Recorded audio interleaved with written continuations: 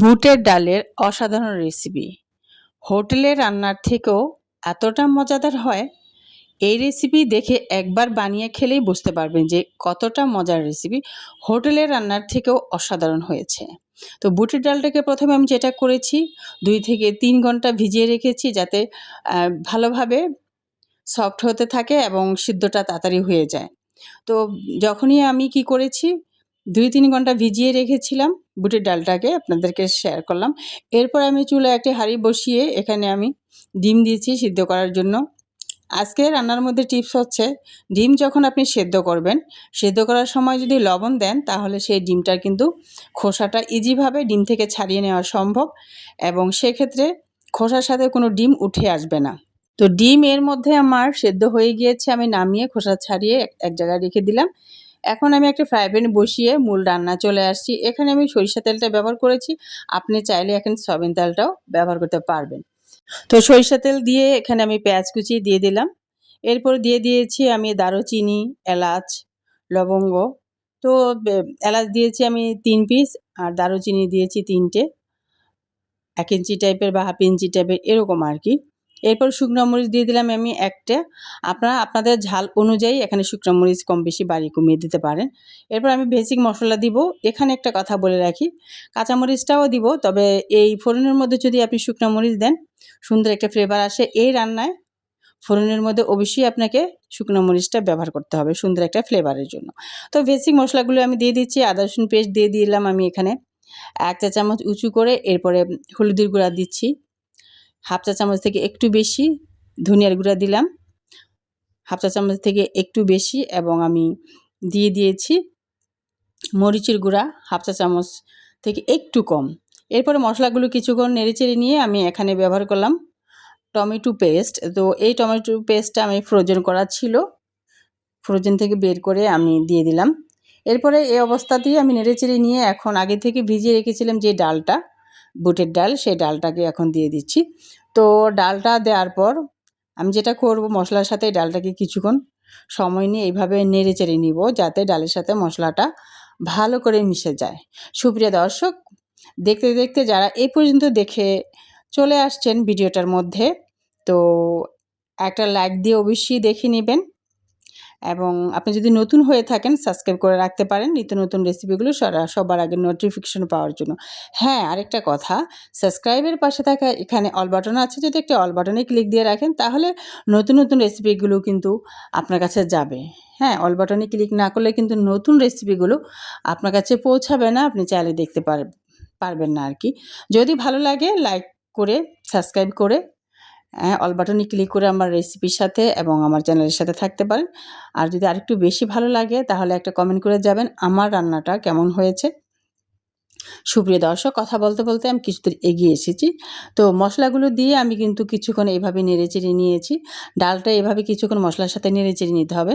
এরপরে আপনি এখানে পানি ব্যবহার করবেন। আর হ্যাঁ, পানিটা কিন্তু অবশ্যই আপনাকে এখানে কুসুম গরম পানি ব্যবহার করতে হবে, আর গরম পানি হলেও কোনো অসুবিধা নাই।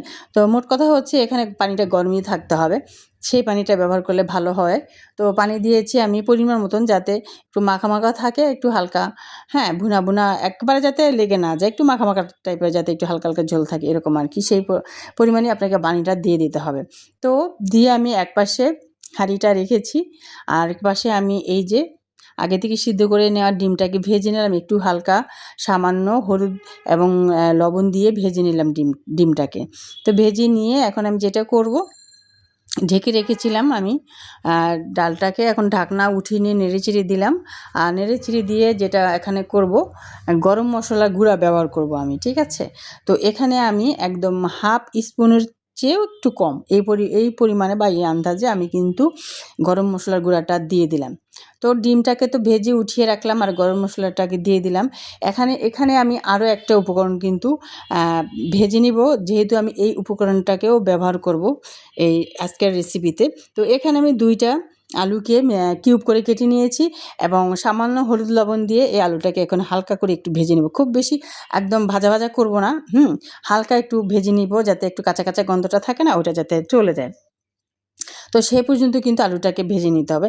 আপনারা যদি পুরো রেসিপিটা যদি শুরু থেকে শেষ পর্যন্ত দেখেন তাহলে এই মজাদার রেসিপি আপনিও ফলো করে মজা করে কিন্তু আপনিও বাসায় রান্না করলে দেখবেন সবাই আপনার ফ্যান হয়ে যাবে, আপনার কাছে রেসিপি জানতে চাইবে যে কীভাবে তুমি এই রেসিপিটা করলে আমাকে বলো। সত্যিই অসাধারণ হয়েছে। কারণ হচ্ছে আমি রান্না করে যখন খেয়েছি আমার কাছে ভীষণ ভালো লেগেছে। আমার কাছে মনে হয়েছে যে হোটেলেও মনে হয় এভাবে রান্না করতে সক্ষম হয় না। মানে ওদের রান্নাটা মনে হয় এতটা মজার হবে না, আমার রান্নাটা যতটা মজা হয়েছে। তাই তো আপনাদের সাথে শেয়ার করছি। আর এজন্যই বারবার বলছি যে ফুল রেসিপিটা দেখবেন, কোথাও স্কিপ করবেন না, ঠিক আছে?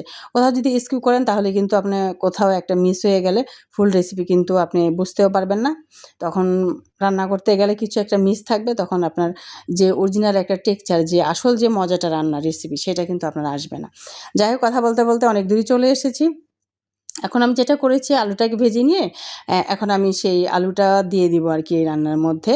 অবশ্যই রান্নার মধ্যে আলুটা দেওয়ার আগে একটু ভেজে নেবেন, এই বুটের ডালে যখন আপনি আলু দিবেন। আর আলু তো দিতেই হবে, যেহেতু আমি ডিম দিয়ে বুটের ডাল দিয়ে রান্না করছি। এখানে একটু যদি আলু দিয়ে দেন তাই রান্নাটা সত্যিই অসাধারণ লাগে। তাহলে কি হলো, একটা তরকারি সুন্দর হয়ে গেল ডিম দিয়ে, আবার খেতেও কিন্তু অসাধারণ লাগে। চাইলে কিন্তু এই রান্নাটা আপনি পরোটার সাথে খেতে পারেন, রুটির সাথে খেতে পারেন, সাদা ভাতের সাথে খেতে পারেন, চাইলে আপনি পোলাওর সাথে খাওয়া যাবে।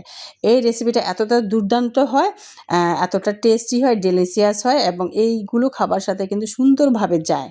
হ্যাঁ, সুন্দরভাবে খেতে পারেন। এখন ডালটা আমি চেক করে নিয়েছি, মাশাআল্লাহ অনেক সুন্দরভাবে সেদ্ধ হয়েছে। কিন্তু হ্যাঁ, এখানে ডাল কিন্তু একটাও ভাঙেনি, বাট প্রত্যেকটা ডাল সুন্দরভাবে সফট হয়েছে, নরমভাবে সেদ্ধ হয়েছে। আর এই যে এখন আমি করে রাখা, ভেজে রাখা সেই ডিমটাও দিয়ে দিলাম। এই তো দিয়ে এখন আমি কি করব, ঢেকে রাখবো। তো ফিরে আসবো এখানে, আমি যেহেতু আলু দিয়েছি, ভেজে হালকা ভেজেছি, আলুটা কিন্তু অনেকটাই শক্ত ছিল, ঠিক আছে? শক্ত আছে, যার কারণে আমি ফিরে আসলাম প্রায় ৫ মিনিট পর। যেহেতু আমি ছোটো, ছোটো করে দিয়েছি, ৫ মিনিট পরে ফিরে আসছি, অনেকটা 75% মতো সিদ্ধ হয়ে গিয়েছে অলরেডি। তো রান্না যেহেতু আমার একটু শেষের দিকে চলে আসছি, তো উঠাতে, উঠাতে যতক্ষণ আমি রেখে দেবো, ততক্ষণে আমার বাকি যে আলু সিদ্ধটা বাকি আছে সেটা এতক্ষণে সিদ্ধ হয়ে যাবে। তো সুপ্রিয় দর্শক, আমার রেসিপিটা কেমন লাগলো অবশ্যই কমেন্ট করে জানাবেন। আমার রান্না যেহেতু একেবারে শেষের দিকে, এখন আমি যেটা করছি, জিরার গুঁড়া দিয়ে নিচ্ছি। এখানে হাফ চা চামচের থেকে কিছুটা কম, চাইলে আপনি হাফ চা চামচ দিতে পারেন। যেহেতু আমি গরম মশলাও ব্যবহার করেছি, তো এখানে এত জিরা না দিলেও চলবে। আমি হাফ চা চামচের থেকে একটুখানি কম দিয়েছি আর কি। তো দিয়ে নেড়েচেড়ে নিয়ে এই তো আমার রান্না একদম শেষ। আমি এখন সার্ভিসিং ডিশে সার্ভ করে নিচ্ছি। সুপ্রিয় দর্শক, আজকের রেসিপি কেমন লাগলো আপনাদের অবশ্যই কমেন্ট করে জানাতে ভুলবেন না, ঠিক আছে? আর হ্যাঁ, যারা আমার শুভাকাঙ্ক্ষী আছেন, পুরনো বন্ধু আছেন, আমার রেসিপি দেখেন, তাদেরকে অনেক ধন্যবাদ, এবং নতুন বন্ধুদেরকেও ধন্যবাদ।